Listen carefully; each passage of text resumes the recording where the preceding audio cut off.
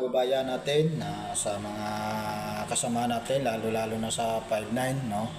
So, minsan, no, may makasalubong tayong officer ng ating agency, no?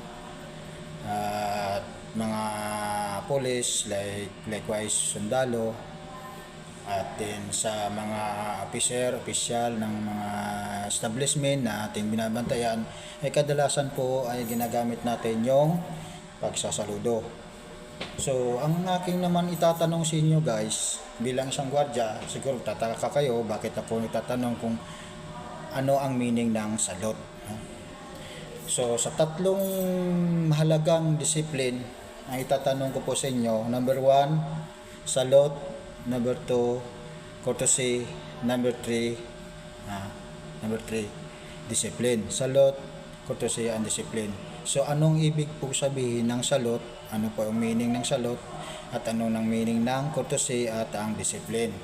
So, tataka siguro kayo kung bakit ko alam, no? Na kapwa lang tayo gwardya. So, itatanong ko rin sa inyo. So, kung mayroon po kayong alam sa tatlong mahalagang disiplina, no, salute, courtesy at discipline, i-comment down below na lang guys, no?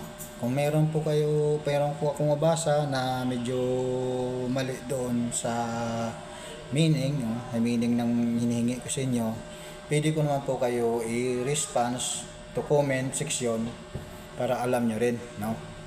Kasi yung tatlo na to, yung lahat ng nag-i-execute ng salute, bilong tayo sa military, no? Di ba? Mga gwardya, police, marines, sundalo, air force, lahat po yan nag-i-execute ng salute. So, ang tinatanong ko po, lalong-lalo na sa mga 5-9, ano pong meaning ng salute, at ano pong meaning ng courtesy, at ano pong meaning ng discipline. So, ang pinakamalaga sa tatlo, yung courtesy at discipline. Meron nga tayong discipline, wala naman tayong courtesy.